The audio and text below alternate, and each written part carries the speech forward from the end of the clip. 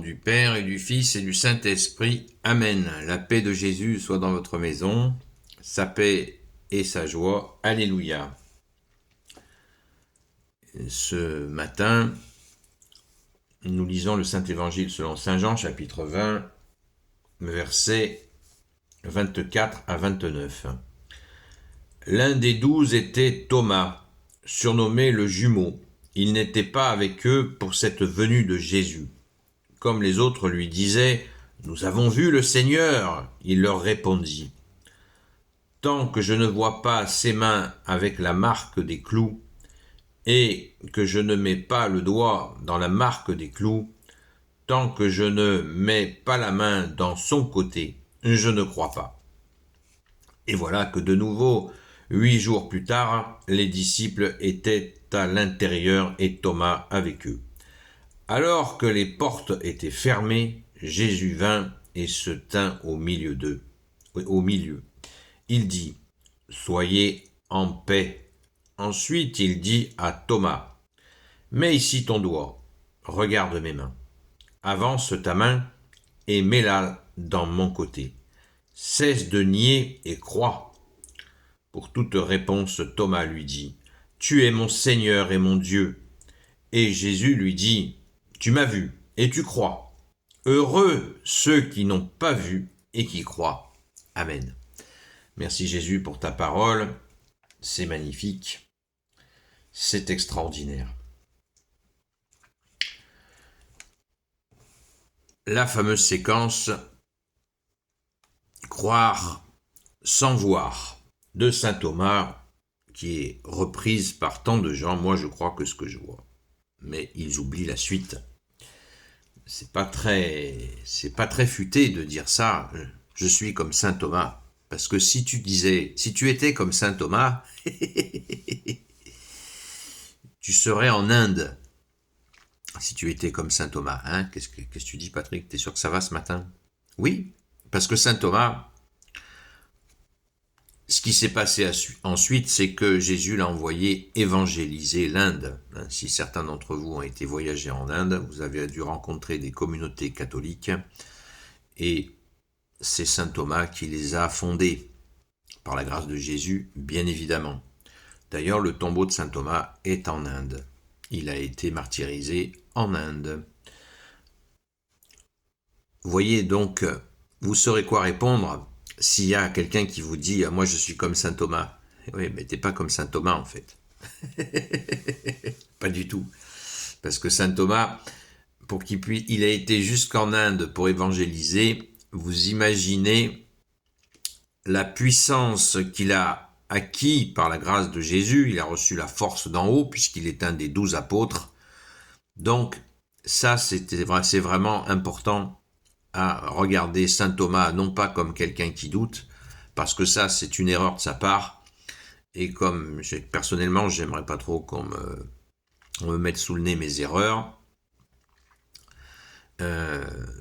Saint Thomas, il a fait cette erreur, mais on pense surtout à ce qui est devenu saint Thomas par la grâce de Jésus, et ce que nous aussi, nous pouvons devenir par ta grâce, ô Jésus, seul Sauveur, seul Rédempteur, qui nous aime tant. Eh bien, nous avons cette séquence comme quoi les apôtres montrent toujours leur faiblesse et leur force qui leur vient de Jésus, du Père, de l'Esprit Saint. Alléluia. N'oublions pas de regarder nos frères, nos grands frères, nos aînés dans la foi, les saints apôtres, avec des yeux d'amour, car ils ont tout donné, y compris leur vie, comme leur maître, notre maître, toi, bien-aimé Jésus.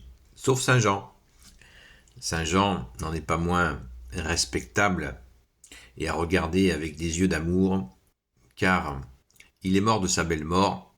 Il aurait bien voulu lui aussi être martyrisé, mais Jésus n'a pas voulu qu'il soit mis à mort.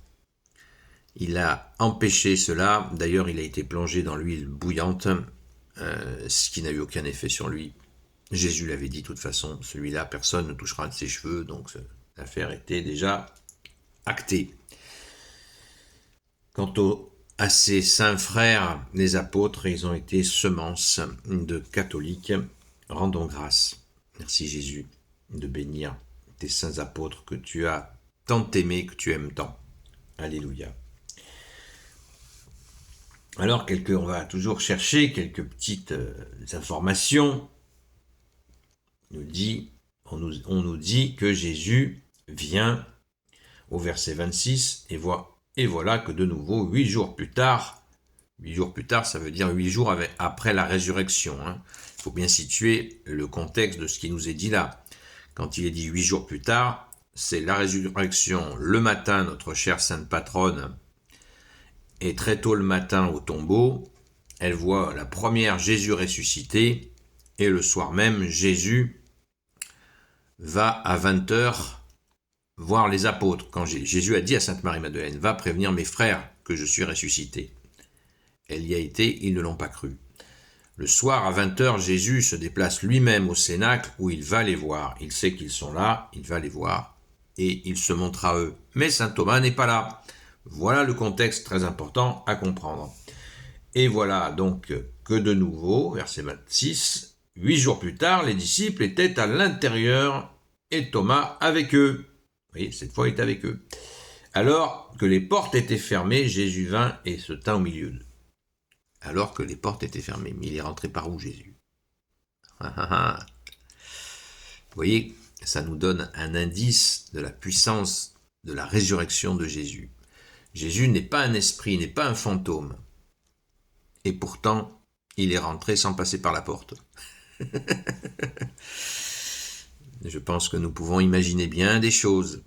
Bien des choses. Tout nous est pas dit, comme l'a dit saint Jean dans l'évangile. Jésus est ressuscité, il fait ce qu'il veut, il est Dieu. Il apparaît, il disparaît, et pourtant même, il mange. Il va manger, le soir même, il va manger du pain et du poisson sous le nez des apôtres pour leur montrer qu'il n'est pas un esprit, qu'il n'est pas une vision.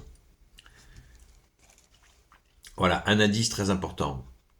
Autre chose très importante, Jésus se tint au milieu d'eux, comme Jésus nous l'a dit pour nous-mêmes. Si vous êtes vous êtes deux ou trois en mon nom, je suis au milieu de vous. Et il leur dit, soyez en paix, comme la première visite du matin, du soir de sa résurrection, il leur dit, la paix soit sur vous.